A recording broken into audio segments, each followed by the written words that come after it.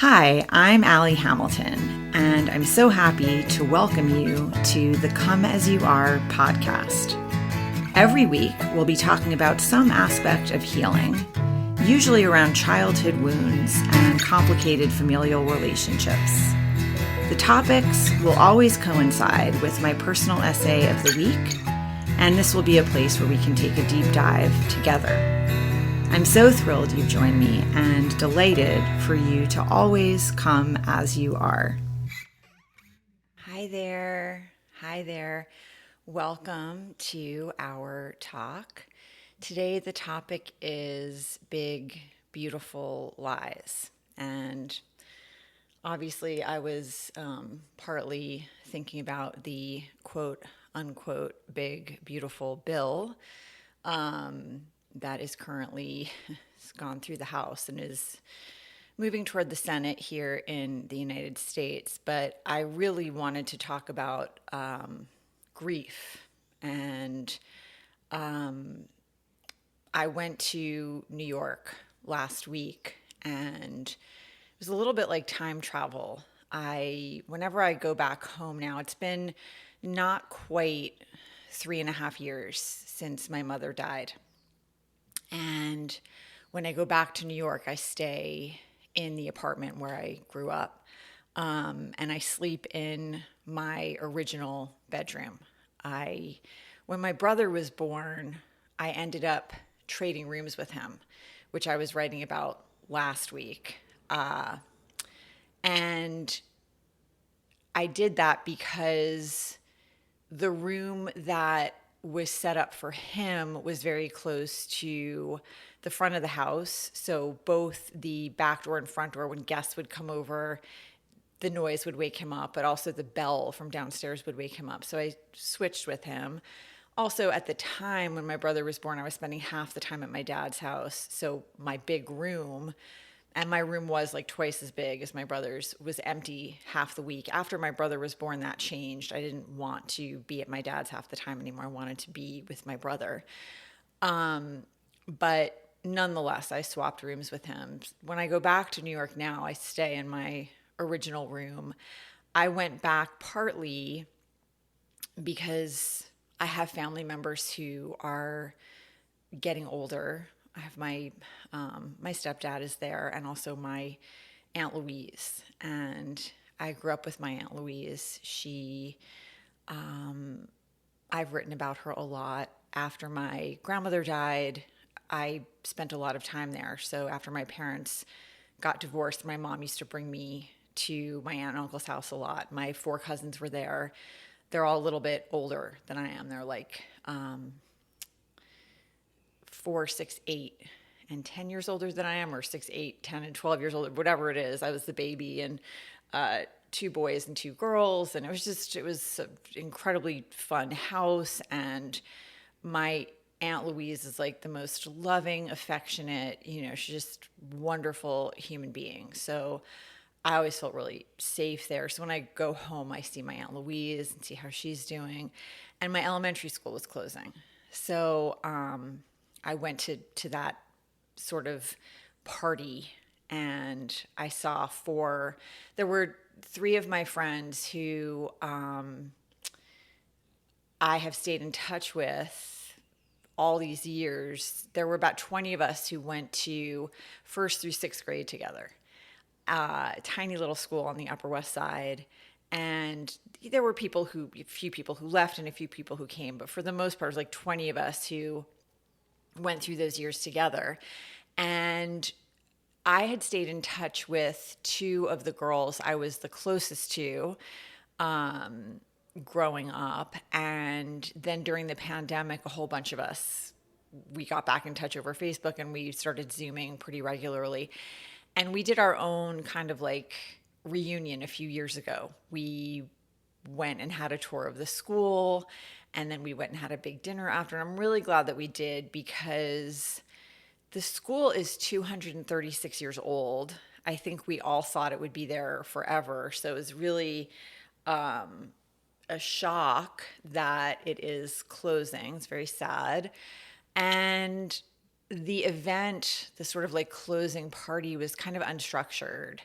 And so I'm glad that we had done what we did, because that felt like a happy occasion and more like a reunion, and something that just felt,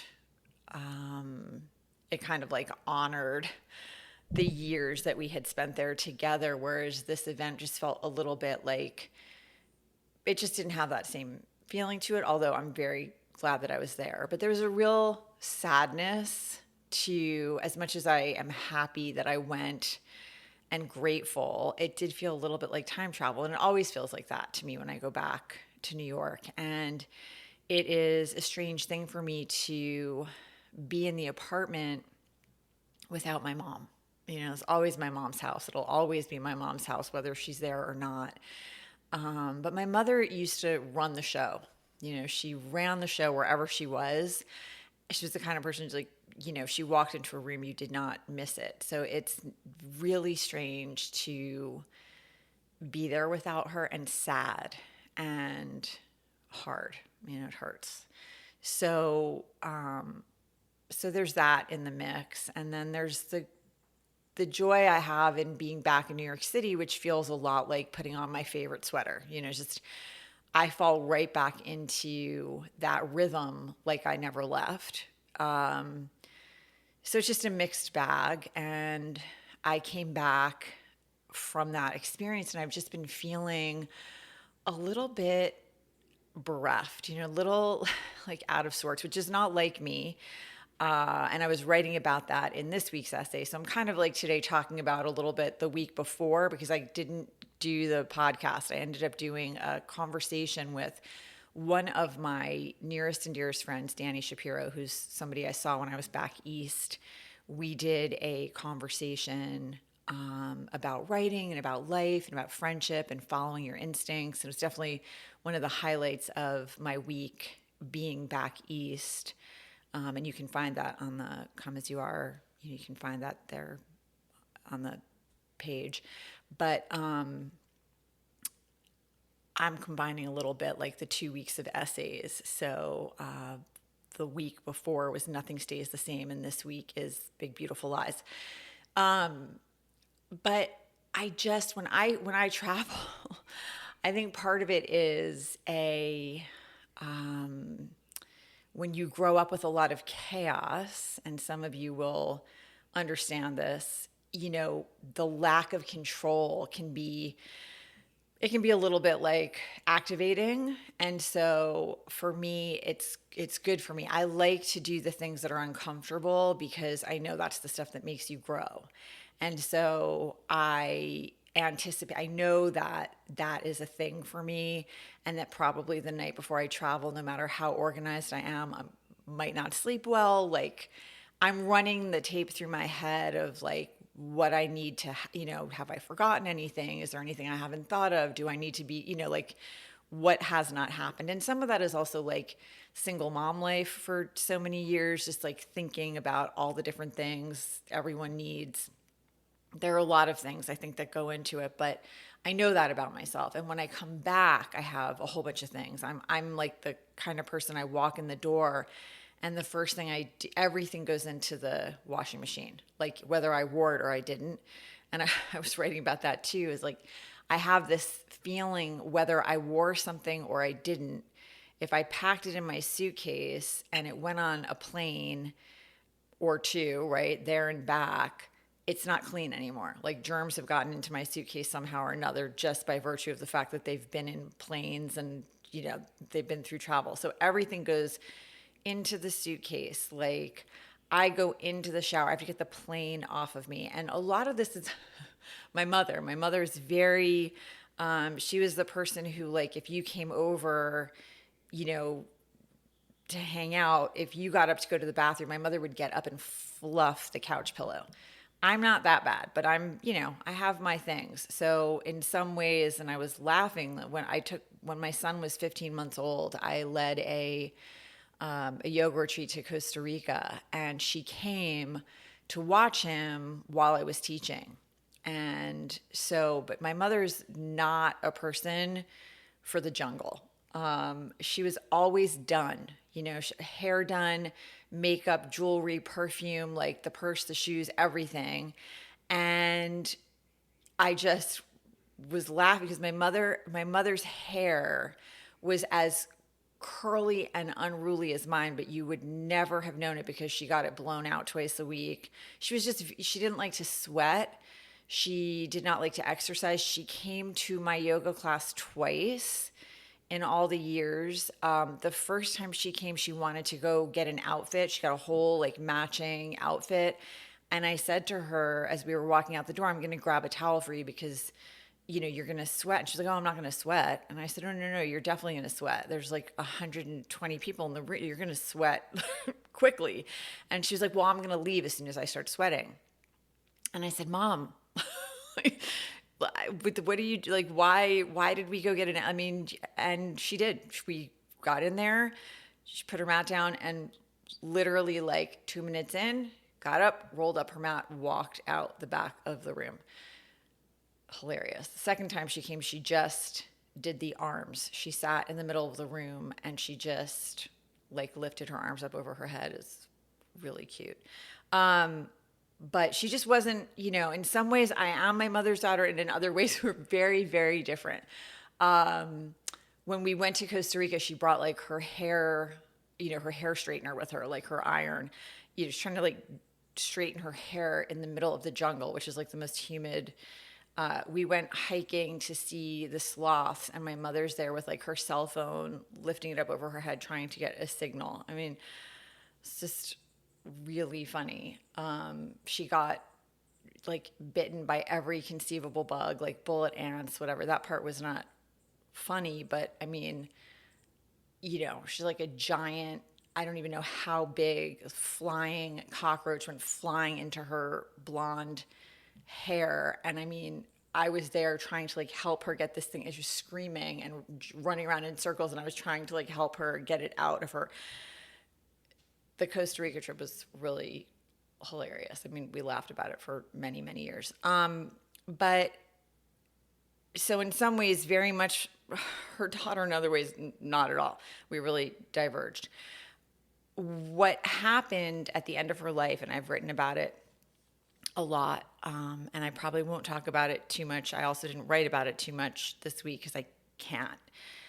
I am writing about it in the memoir, but it's a thing that for my own like self-preservation, I can't stay with it for too long.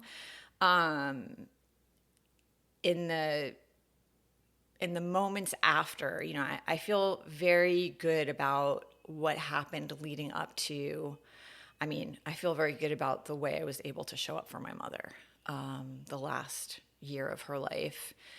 And the ways that I always did. I feel that I did the best anybody can do, in a situation like that. And if you're new to me, or, my mom is like, I loved her to pieces, but she's an alcoholic, and she wouldn't get help, and she wouldn't acknowledge it. She wouldn't talk about it. She wouldn't, she just wouldn't admit that that was a thing. And so it's painful. And the only thing you can really do is kind of have boundaries and try to maneuver. If you want to have someone in your life who is not going to be accountable and is going to go for your jugular sometimes and is going to do things and say things that are painful, then your only recourse is to sort of figure out, how do I keep myself emotionally safe here, but also have this person in my life? Like, what do I need to do? And it's not easy. So I spent a lot of years kind of working that out. But that last year of her life, she was diagnosed with ALS. She was in denial about that for a long time. She blamed me. There's like a whole thing about that. But I was able to really be there for her and show up for her and advocate for her and all of that.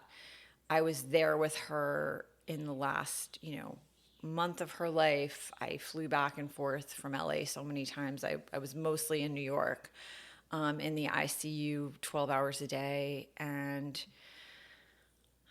all of that. And I made it there. She took a real turn the last weekend of her life, and I made it there for the last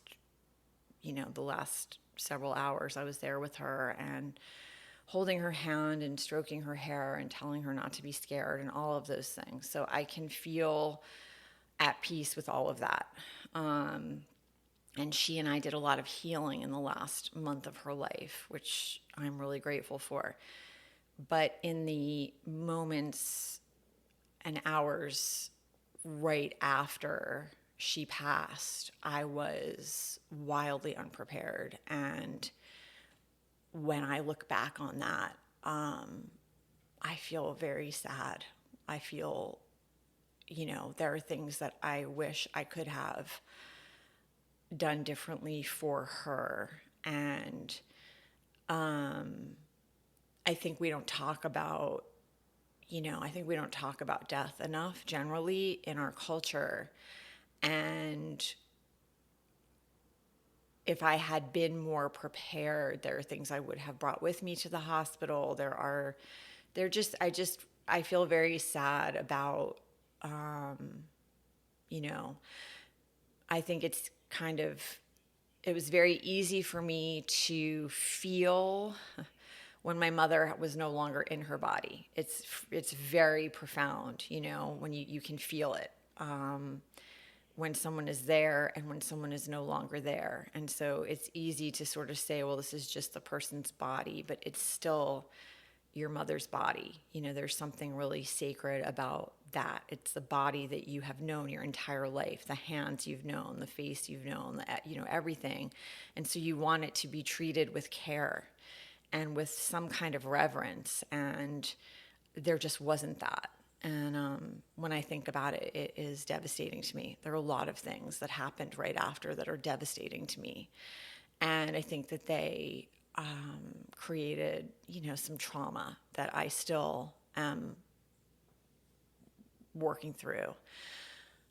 And I feel like I failed her in those moments. And I know that, I'm working on it. It's,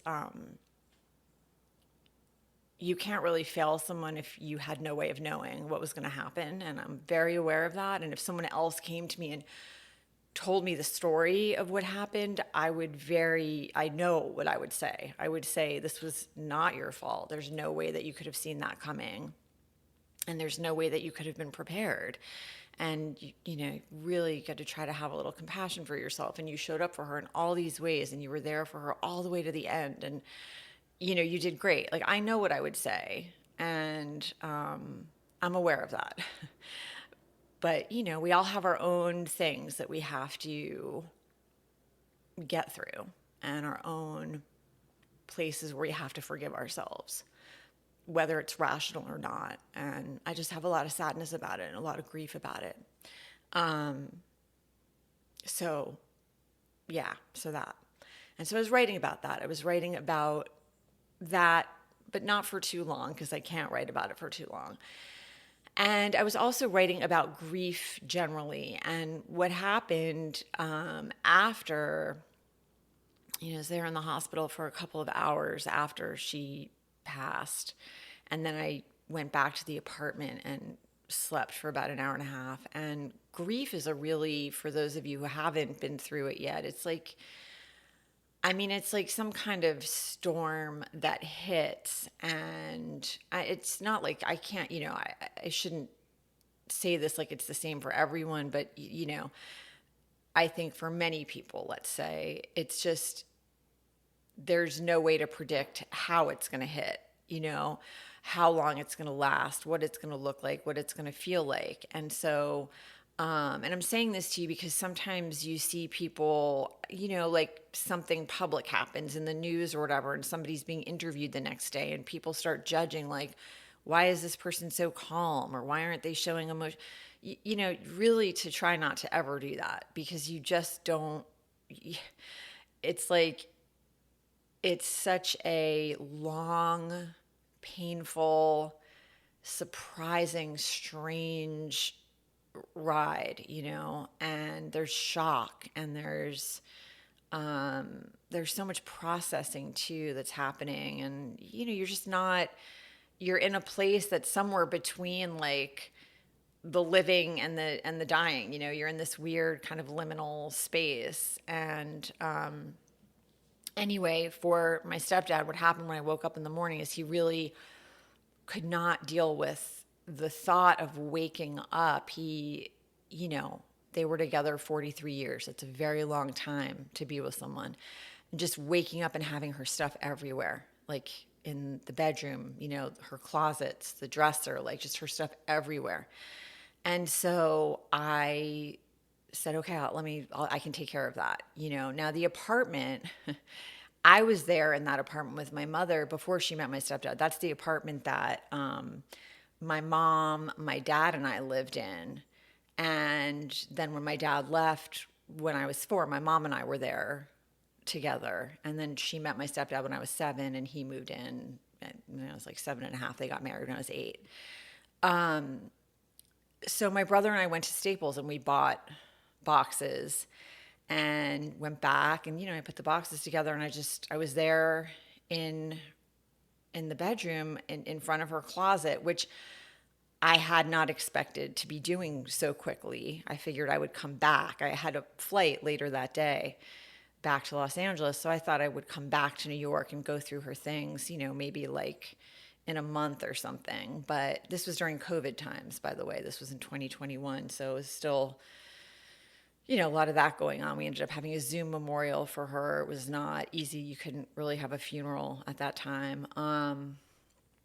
Anyway, so I'm there in front of her closet, and I was making boxes, like one to donate to a women's shelter, one to donate to a shelter for the homeless, the unhoused, right? One to send to myself. And putting things aside that I thought maybe my daughter would like, just like trying to organize things. And my mother, again, like she's very put together. So she didn't own sweats. She didn't own jeans. I think she had one pair of jeans that had like a crease in them, like dressy jeans. So she had a lot of things that were like professional. So there's a shelter that's like for women recovering from domestic violence, trying to get on their feet again. So it's like putting things aside for women who are like go on job interviews, whatever. And as I'm going through the closet, of course I'm getting hit in the face with all of these things that I recognize that she's worn, and her smell, perfume, and her just, the smell that I know is going to fade. And I'm just like, emotional, obviously. But I come to find 3 black sweaters, and they're they're so similar in weight and style and cut, designer sweaters. And it broke me. It was the thing that finally just like, the tears just started, because I was imagining my mom, like at the second store, kind of convincing herself that the sweater she was looking at was different enough from the one she already had at home to justify buying it. And then I was thinking of her at the 3rd store, convincing herself that the 2 expensive designer sweaters she had at home were, different enough from the one she was looking at to justify buying it. And it just did me in,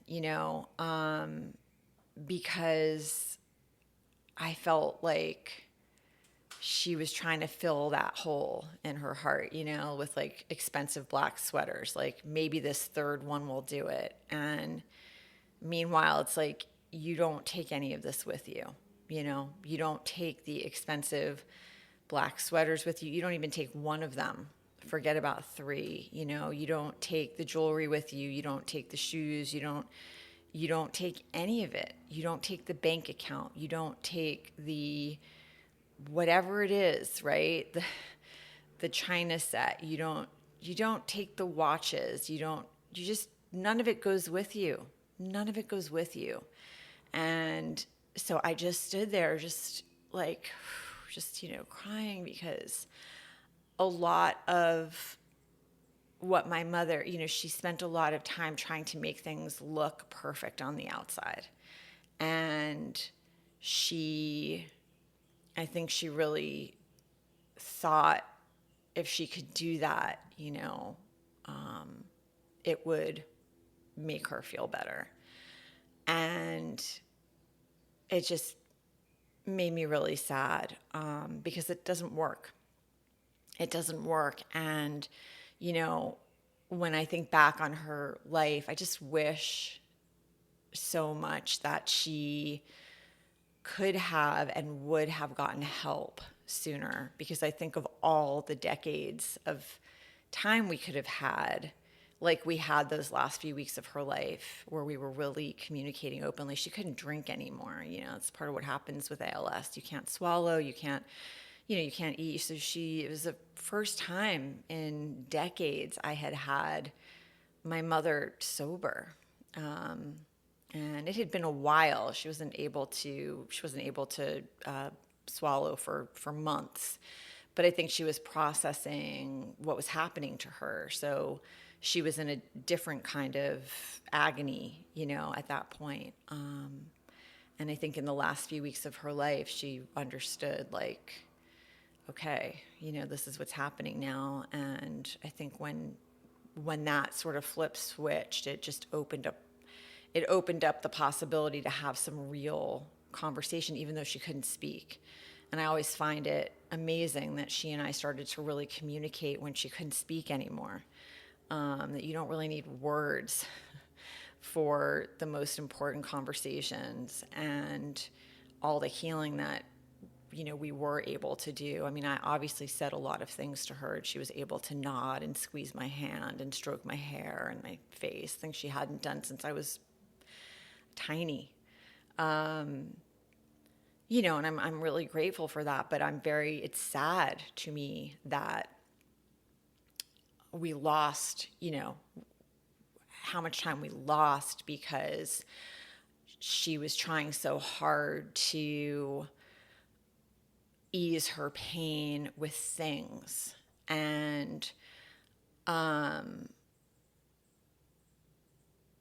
so all of those things have been on my mind, all of those things have been on my mind, and I came back, and I think that's partly why I've been out of sorts. And there's a thing about grief that I think it's like, it opens the floodgates a little bit. When you have one grief, it kind of like opens the floodgates to all the other grief, whatever it might be. And I don't expect all of us to agree on everything. And I know that people are, they're just exhausted. People who feel the way that I do about what's happening in this country. There's just a level of, like, you can't immerse yourself all the time because you just be in a puddle of despair, and that's not going to be helpful to you or anyone else. But there is this danger of what's called hyper-normalization, which is a thing that happens when so many things are wrong that people give up. They're just like overwhelmed by how many things are not okay that they can't take it anymore. And so they focus on like, all right, I can't look at all that all the time. It's devastating. So I'm just going to kind of like get up and brush my teeth and do the thing in front of me and buy the groceries I can't afford and like try to take care of my, whatever it is, my kids or my job or whatever. And then like, I'm going to get on the couch and watch TV because I can't handle it. They tune out, and I worry, because I think that is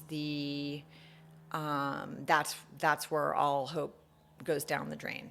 And I think the key to not letting that happen is to pace yourself, and to know when you need to rest, and to understand that a lot of what we're grieving for and what we're looking at that does feel really heartbreaking, like it's legitimate stuff, it's legitimate stuff. And so I want to just talk about a few of those things that have been on my mind and that have been really, painful. But I also want to, I want to try very hard to say, like, I don't want people to give up hope because I don't feel hopeless and I have not given up hope. And I think it's important, like so important, that we don't do that and that we don't stop fighting for something better than this. The world does not have to be like this. It doesn't. It does not have to be like this. It could be so much better. And I think that, like, partly what's going on is you have a lot of people who are in pain and who are trying to fill the void with black sweaters, or rockets or money or power or whatever, it's like, and that stuff does not work. Like, oh, we'll go to Mars. That'll make it better. No, it will not. I'll lose 10 pounds, or I'll like have a bigger house, or like more money in the bank, or a faster car. Like, none of that stuff will ever work. If you are not at peace inside, then you're at war inside somewhere. Somewhere inside, you're at war within yourself. And if you're at war within yourself, you're going to end up causing destruction around you, whether you mean to or not, which is one of the reasons I'm so impassioned about taking time to figure out what is happening, inside yourself. Like, that's a huge part of the yoga practice. It's one of the reasons that I love it so much. I've been teaching for so long and practicing for so long, but that's not the only way. I'm not a zealot. It's like whatever way in for you, whatever practice works for you, but just to be aware of what's the state of my inner world. Am I at peace inside here? Like, am I being kind to myself? Is there compassion? Is there patience, or not? And that was one of the things that I was thinking about, is I have not forgiven myself, for example, for those, moments and hours right after my mother died. Like, I'm still working on that. And to really think about, like, where are the places where you haven't forgiven yourself, or you feel whatever it is, like, to be able to try to examine and let yourself feel those feelings. You can't rush it. You can't force it. This is not new. I know that I've been working on this for 3.5 years. It's like, it's not unknown to me. It's not happening outside my awareness. I know that there's some trauma around what happened, and I'm not using that word lightly or casually. I think the word trauma gets used a lot. I think PTSD gets used a lot. I think, a lot of things get thrown around. I'm not using those words lightly or casually. I'm using them, after, like, talking to people and working on this. I definitely have been. It's been a painful process. So there's that. There are, one of the things that was occurring to me is, aside from this sort of hyper-normalization that can happen for people, because I think in other countries, people are looking at us like, why aren't you fighting? I think people are trying. We are trying. It's like, it's tough here. And I've talked about it before. It's like we have a situation where we have people in power, and our government is not functioning the way that it was designed to function. The Congress should be fighting, and they're not. Like, and I'm talking about Republicans. Like, they're not fighting the way that they should be. We're not supposed to be loyal to a person. We're supposed to be loyal to the Constitution. We're supposed to be loyal to democracy. You take an oath to uphold the Constitution when you join the Congress, when you join the government. You're supposed to uphold the Constitution. Now, look, I'm not, I've talked about this too. It's not like I'm saying I ever thought we were, who we said we were. Like, the Declaration of Independence, the Constitution, these were all written by white men. So, all men are created equal. They meant all white property-owning men are created equal. That's what they meant. That's what they said. And so, and that's who they protected.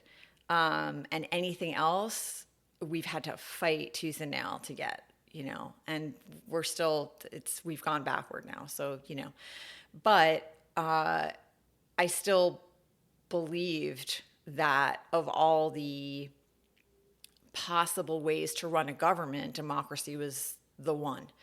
I believed that. I'm starting to feel more like representational government, proportional representation is probably like a better option for us here because we're so divided. And what we're seeing right now is just so horrific that I think we need a reset. I don't think this is working for us. This like two-party, left to right, red to blue, back and forth. It's just not working. So, there's that. But that's a conversation maybe for another day. Or I wrote something called Project 2029 a few weeks ago that I feel like there's a giant conversation that we should be having about like what, conceptually, where do we go from here? But I'll stick a pin in that. I think something that happens for people is like that whole Maya Angelou quote of when people show you who they are, believe them the first time. When it comes to the people who are in power right now, it's way too late for that. I mean, they showed us a long time ago. Anyone from New York could have told you who the president is. Like, they could have told you. I could have told you. People did. New Yorkers told you. They did. So there's never been any question about who this person is for anyone who saw it, back in the 80s and even before then. But even like when someone shows you who they are, like believe it the 400th time, like there's still value in that. It's not too late. And sometimes what happens is people, they're hiding who they are. They're not telegraphing it. And I was thinking about dating profiles and how people generally they put their best foot forward. It's a positive spin, right? Somebody like creates a dating profile. They're probably not going to say, I like to whatever. I like, if I'm going on a vacation, I like the beach and not like a snow vacation. I like warmth and not what. And also like if we fight, I'm probably going to go for your jugular. And also I have a really deep-seated fear of intimacy. Like that's probably not going to go in the dating profile. So we know that. You figure that stuff out the hard way. You invest some time and energy, and then the first time you have an altercation, that's when you find out like, oh my, this person like really goes for your guts here. And that's okay. You can't really expect somebody to put their deepest, darkest stuff in their dating profile. But sometimes it's so clear who somebody is, and it makes it easier. It makes it easier. You're not sort of like banging your head against the wall or trying to figure out like, who is this person really, or what is it that they want, or what would life look like if I stuck it out with this person? And it's such a gift when that happens because you're not like trying to understand what's going on. Well, that just happened for us with this, quote unquote, big, beautiful bill. And what I mean by that is, I think a lot of people go, oh, they're balancing the budget. This bill that's there is all about the budget. Well, even if it were all about the budget, it would increase our debt by $3.7 trillion. So over the next decade. So like this whole conversation about getting rid of waste and fraud, that goes right down the drain. All of that stuff is like, okay, if that's what we were supposed to believe, clearly that's a whole bunch of BS. You might have thought like it's all about like more tax breaks for the uber wealthy and just gutting Medicaid and SNAP benefits and all that. And you're right. It is. It's all those things. But there are 10 hidden provisions in this bill and this is a common thing. When bills are getting passed, they try to sneak in other legislation, and it happens on both sides of the aisle, that they want to get passed. They kind of shove it into these bills and see if they can push it forward. Well, it's kind of great because you can see in black and white the things that this administration would like. And I'm not going to talk about all 10 of them. I linked it in the essay. So if you would like to know what all 10 of them are, and I really, really recommend that you do. educate yourself about these 10 things that they shoved into this budget bill, which on its own is already upsetting enough, because you can see what it is that they would really like. And one of those things is to essentially get rid of any checks and balances at all. So we're supposed to have the executive branch, the judicial branch, right? So in other words, no one branch of government is going to be able to call the shots. You've got the Congress, you've got the Supreme Court, you've got the executive branch. And so nobody's getting to like make all the decisions here. Well, one of the things that's been shoved into this budget bill is the idea that no funds can be spent to enforce court orders against members of the executive branch.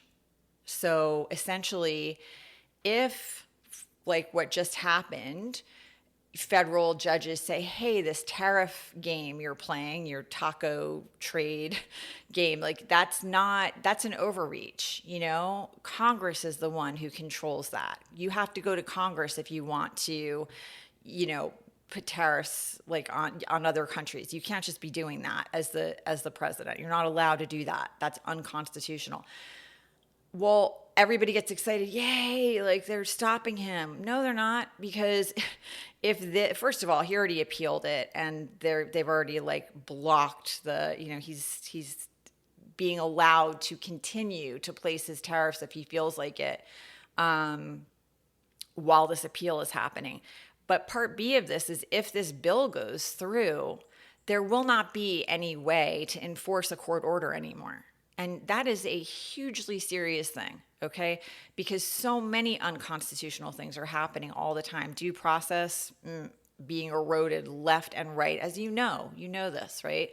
It's like people can just be sent to prisons in El Salvador, mega prisons, without having a day in court, just because this administration says they're part of a gang. With no proof offered, just their word. So the minute you lose due process for one segment of people, you're in trouble. Like you're going to lose due process for all segments. And that's in the bill later, by the way, in case you think, oh no, that's not true. Yeah, it is. Just give me a second. So no more checks and balances here. They can do whatever they want, and the courts can't stop them. That's in this bill. I want you to ask yourself what administration would want to sneak that into a budget bill. The only explanation is they want to do a lot of unconstitutional stuff and they don't want anybody stopping them. So that's terrifying. And everyone should be concerned. Even the people who voted for this should be like, wait, what? That's not good. That's not a good sign. There's this, dinner that happened, right? This pay to play, also unconstitutional. And there's, oh, well, he was off duty. I'm sorry, what? He was off duty? He's having a dinner and it's $1 million a plate. And then a week later, people are getting pardons for like tax fraud. That's wildly illegal and unconstitutional. And you can't have it both ways. You can't be like, oh, first of all, what president is off duty? What are you talking about?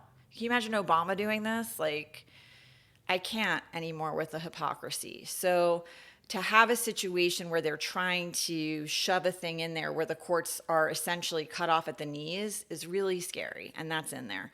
There's a thing about AI, no regulation on AI anywhere in any state for the next 10 years, and any laws that are already on the books are repealed.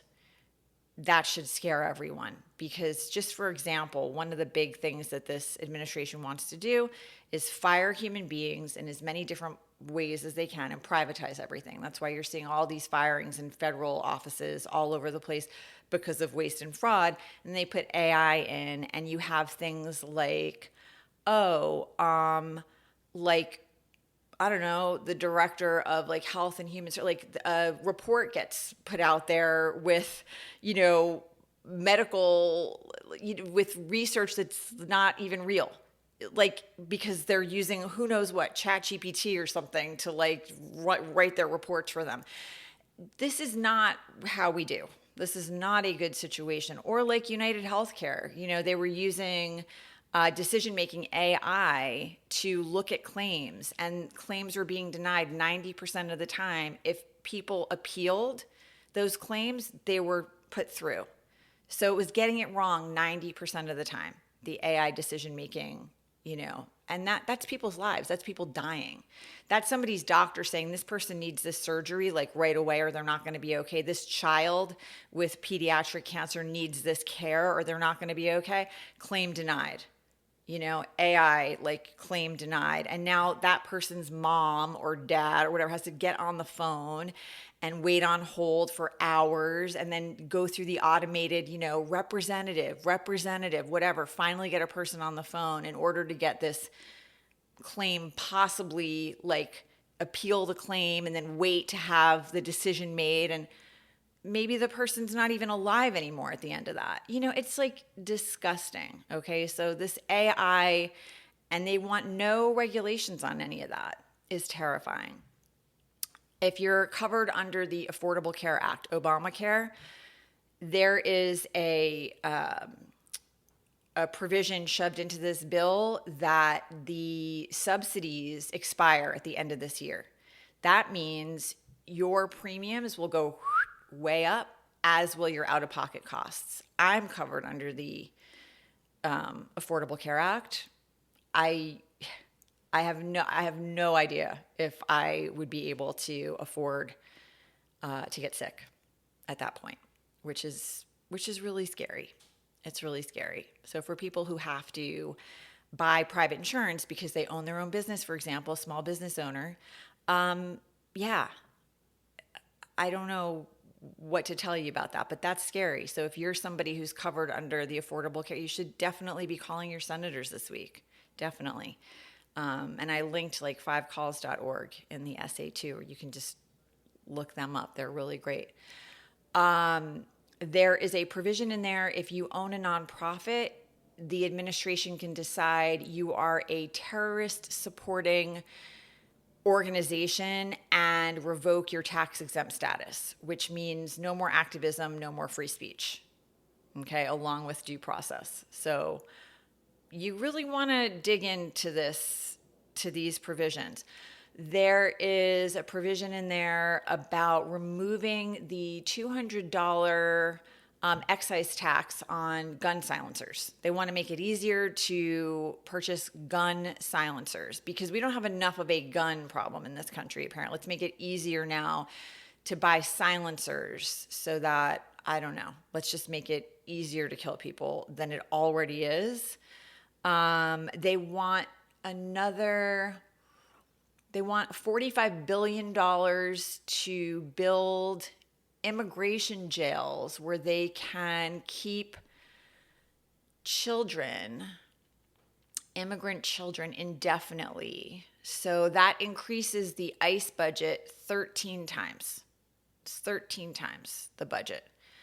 But they don't care if people can no longer afford their groceries. Like, it's really ugly. And definitely worth your while to take a look, because you don't have to wonder anymore like what it is they want to do. They're spelling it out right there and no one can deny it. I'm sorry. If you voted for this, they just told you what they want. And I'm not listening anymore to you say that it isn't true or, oh, they want to fix the waste and fraud. No, they don't. They don't want to fix the waste and fraud. They want to help very, very, very wealthy people. They want to screw people who are barely making it. The people who are living on the fringes they're gone. Like, forget about them receiving any kind of help or compassion. It's not pretty. It's not pretty. And we don't have to go back and forth about what they really want anymore. It's there in black and white for everyone to see. So there's no need to, like have those conversations anymore about what's really going on, or, you know, what they're trying to do. They spelled it out for you and me and all of us. So in a way, like, I'm happy because we don't have to have those conversations or wonder like what's going on. In another way, I'm incredibly sad. We have 4-year-olds being deported. You know, we have a 4-year-old with cancer who was deported. And, you know, that Tom Homan's like, oh, well, you know, the mother made that decision. Give me a break here, okay? She went in for her normal legal immigration appointment and was told, you're out. That moment, that day, you're out. What do you want to do? Do you want to take your child with you, or do you want to leave your child behind? It's like Sophie's Choice. What are you supposed to do in that moment? You have your 4-year-old who's dying of cancer, no time to call the doctor, no time to call anybody. It's like, you got to make a decision. Of course you're taking your kid with you. You know, you don't have a minute to think about what you're doing. Yeah, you're not going to leave your baby behind. Nobody's there to like, it's disgusting. It's disgusting. And there's another child, and they're not giving the real name here. Her name is Sophia. She's here in Los Angeles.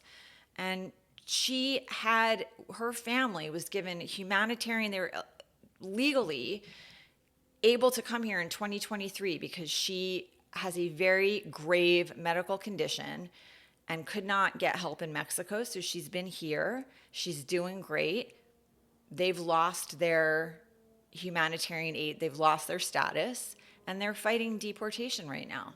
And, you know, very likely die within days if she's not here.